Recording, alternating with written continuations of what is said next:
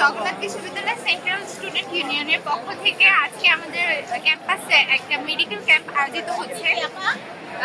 এই ক্যাম্পের আওতায় আমরা যেহেতু স্টুডেন্ট, আমাদের যেহেতু বাজেট নিয়ে সমস্যা লেগেই থাকে সারা বছর বলতে গেলে, তো আমাদের জন্য এটা একটা ফ্রুটফুল ক্যাম্পিং বলা যায়। আমরা এখানে সব কিছুর মানে আমাদের যে কোনো সমস্যার ডাক্তার, যে কোনো বিষয়ের স্পেশালিস্ট এখানে পাচ্ছি, ডাক্তার দেখাতে পারছি। শুধুমাত্র জগন্নাথ বিশ্ববিদ্যালয় ইতিহাসে না, আমাদের জানা মতে বাংলাদেশের যে কোনো শিক্ষা প্রতিষ্ঠানে মেডিকেল ক্যাম্প, মেডিকেল ক্যাম্পগুলি স্থাপন করা হয়, তার মধ্যে সর্ববৃহৎ এটি।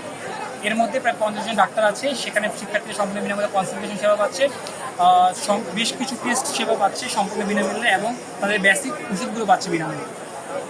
এবং যোগসু এর মাধ্যমে যোগসু সকাল 10টার দিকে আমাদের কার্যক্রম শুরু হয়। কিছুটা লেট হলেও আমাদের প্রায় 10টার কাছাকাছি সময় আমাদের কার্যক্রম শুরু হয়। শিক্ষার্থীদের শুরু থেকে আমরা উপচে পড়া ভিড় দেখেছি।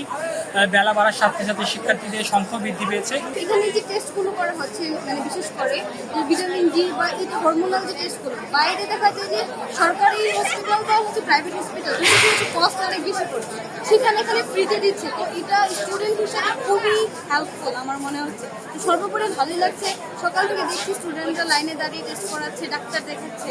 তো ওদের উদ্যোগ আমার ভালো লাগে, আমার মনে হয় যে এরকম উদ্যোগ আরও করা উচিত।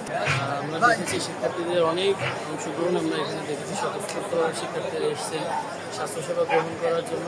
আমরা আজকের আয়োজনে প্রায় 15টা ডিসিপ্লিনে প্রায় 1/2 চিকিৎসক এখানে এসেছেন, বিশেষজ্ঞ চিকিৎসক শিক্ষার্থীদের স্বাস্থ্যসেবা প্রদান করার জন্য।